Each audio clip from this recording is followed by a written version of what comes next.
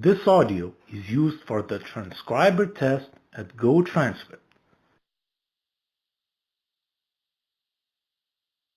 On top of that, it's also quality management of the product.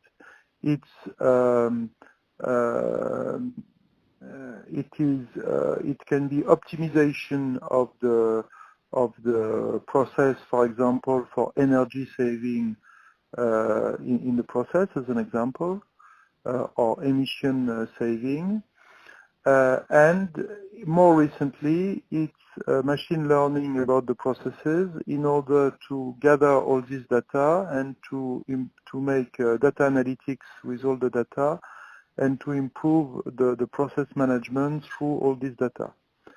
So again, the continuous processes were the start, and now the trend, and I think it's the big move of the market, it's about implementing the same view, so the same view in discrete processes, so the processes that you see in a factory where you have several machines, where you have a product transfer from one machine to the other, where you have physical objects going from one step to the next step with different, let's say, transformations.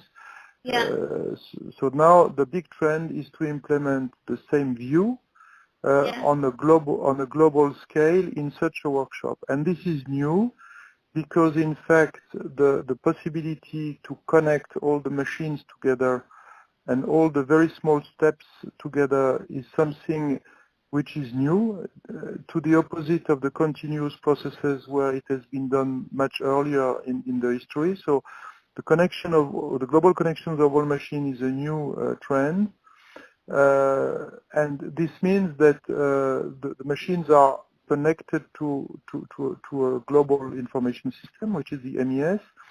And there are also additional sensors. What is new also is the fact that there is a new trend to develop specific sensors and to implement specific sensors on all these small parts, on all this, let's say, local area, in order to get more information and to enrich the MES.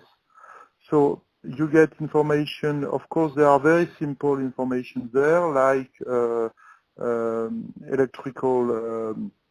electrical data regarding the electrical supply of the machines. You have also temperature.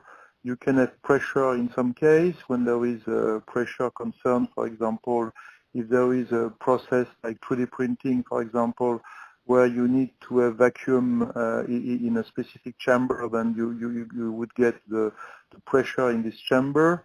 So it's an example. Huh?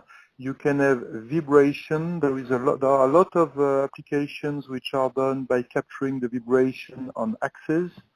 All the CNC machines have axes which are rotating, so you have specific sensors to capture the vibrations on such axes.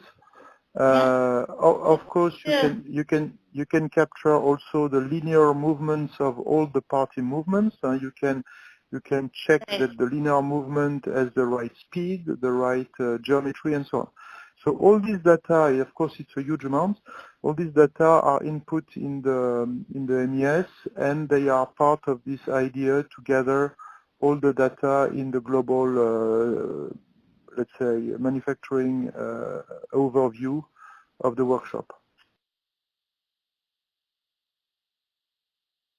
This audio is used for the transcriber test at Go Transcript.